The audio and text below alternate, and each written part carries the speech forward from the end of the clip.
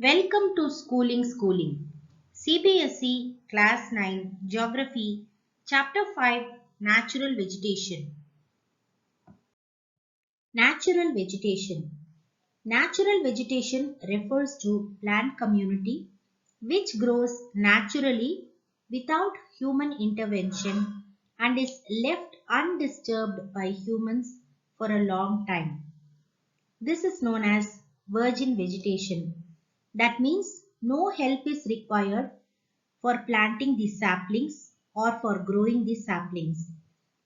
The seeds just disperse in the air or by water and then start growing. So this normally happens only in the forest. So this is called as virgin vegetation. Flora denotes plants of a particular region or period. Animal species are referred to as fauna. This huge diversity in flora and fauna kingdom is due to the following factors. Relief, land. Natural vegetation is affected directly and indirectly by land features. Fertile plain land is used for agriculture. Naturally, we have seen that it is easy to make out agriculture in a plain land which is very fertile. Grassland and woodlands develop in the undulating and rough terrains and give shelter to a variety of wildlife. Undulating means a surface which is very rough. There is no even platform of land available. Soil. Different types of soils have different types of vegetation. Cactus and thorny bushes grow in the sandy soils of the desert. Wet, marshy, deltaic soils have mangroves and deltaic vegetation. The soil at the hill slopes have conical trees. Climate, temperature. Temperature, humidity, air, rainfall and soil determine the vegetation of a place. A decrease in the temperature affects the growth of vegetation. So that is why during summer there is a high growth in the plant varieties. Photoperiod or the sunlight. Sunlight varies at different places because of the differences in latitude, altitude, season and duration of the day. Trees grow much faster in summer as the days are longer because sun's rays are getting in a prolonged manner. Precipitation or rainfall. Areas of heavy rainfall have dense vegetation as compared to areas of less rainfall. Types of vegetation. In India, the following major types of vegetation are found. Tropical evergreen forests, tropical deciduous forests, tropical thorn forests and scrubs, montane forests, mangrove forests. Tropical evergreen forests. Western Ghats, island groups of Lakshadweep, Andaman and Nicobar, upper parts of Assam and Tamil Nadu coast are the places where you can see these evergreen forests. The rainfall recorded here is more than 200 centimeter. Trees grow up to 60 meters and above. You can see that in the picture given here. Trees, shrubs and creepers are found here which gives a multi-layered structure. They always appear to be green throughout the year and hence the name evergreen forest. The trees found here are ebony, mahogany, rosewood, rubber and cinchona. Animals found here are elephant, monkey, lemur and deer. Tropical deciduous forests. These forests are otherwise called as monsoon forests. They are found where rainfall ranges between 200 centimeter and 70 centimeter. They shed their leaves about 6 to 8 weeks in the dry summer. Animals found here are lion, tiger, pig, deer, and elephant. Tropical deciduous forests. These forests are further divided into moist deciduous forests and dry deciduous forests. Moist deciduous forests are found in areas having rainfall between 200 cm and 100 cm. Teak is dominantly found here. Bamboo, sal, sisam, sandalwood, khair, kusum, arjun, and mulberry are other commercially important species of trees found here. Dry deciduous. They are found in areas having rainfall between 100 cm and 70 cm. They are open stretches where teak, sal, peepal, and neem grow. The thorn forests and scrubs. The natural vegetation consists of thorny trees and bushes. This type of vegetation is found in the northwestern part of the country, including semi-arid areas of Gujarat, Rajasthan, Madhya Pradesh, Chhattisgarh, Uttar Pradesh, and Haryana. Trees are scattered and have long roots penetrating deep into the soil to absorb moisture. The stems are moist and juicy to conserve water. Normally, we can find that the leaves are modified into spiny, thin structures so that it avoids water evaporating.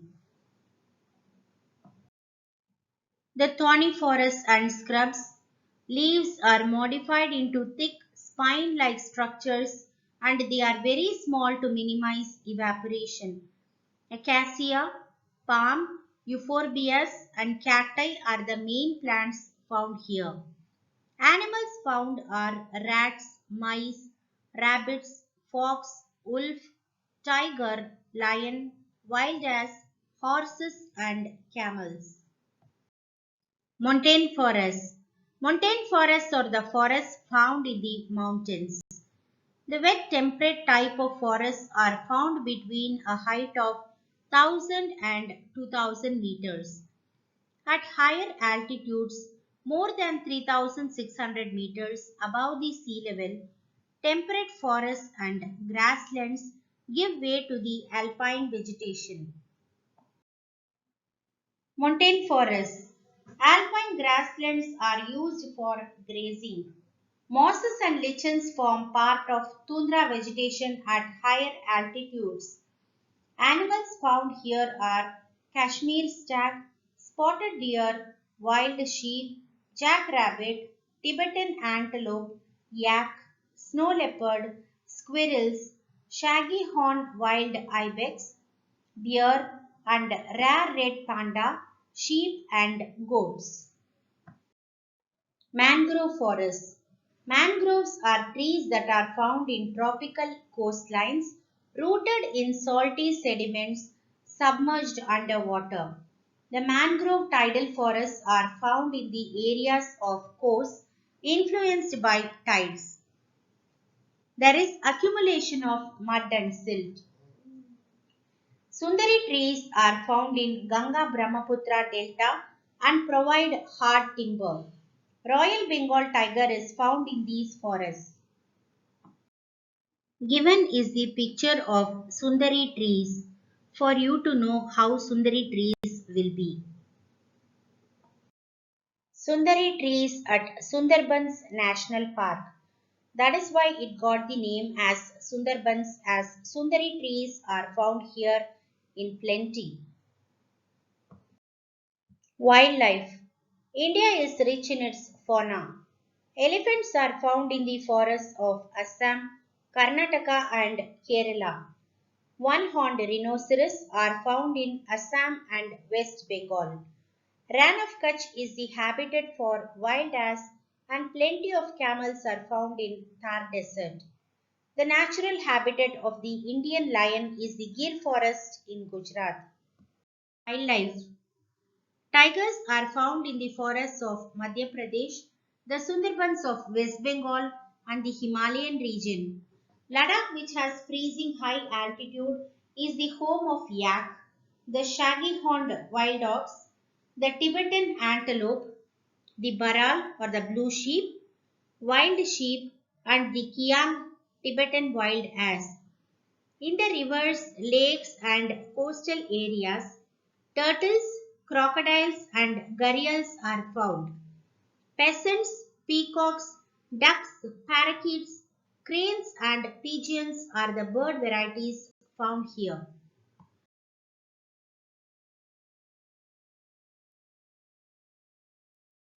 Cause of major threat to flora and fauna. All the animals, birds, insects, including humans, form the ecosystem. Conservation of flora and fauna is vital. About 1,300 plant species are endangered and 20 species are extinct. The main causes of this major threat to nature are hunting and poaching for commercial purposes. People hunt animals for their skin or for their bones or for their teeth. Some might have some medicinal values. Also, there is air pollution, land pollution, and water pollution due to chemical and industrial waste. As population is growing, there is more number of industries and there is automatically pollution in all the ways. Deforestation for cultivation and habitation. Again, population is rising up and there is more need for food and living habitation. So that is why people need space for construction of houses and to cultivate for their food needs. Endangered means they are to the extinct, and extinct means we cannot find out any living members of that species at all. There is no way to get back them. Government initiative to protect flora and fauna. The government has taken many steps to protect the flora and fauna of our country. 18 biosphere reserves are there in India to protect the flora and fauna. 10 out of these have been included in the World Network of Biosphere Reserves. Financial and technical assistance is given to many botanical gardens by the government. Government initiative to protect flora and fauna. Project Tiger, Project Reno, Project Great Indian Bustard, and many other eco-developmental projects have been introduced by the government.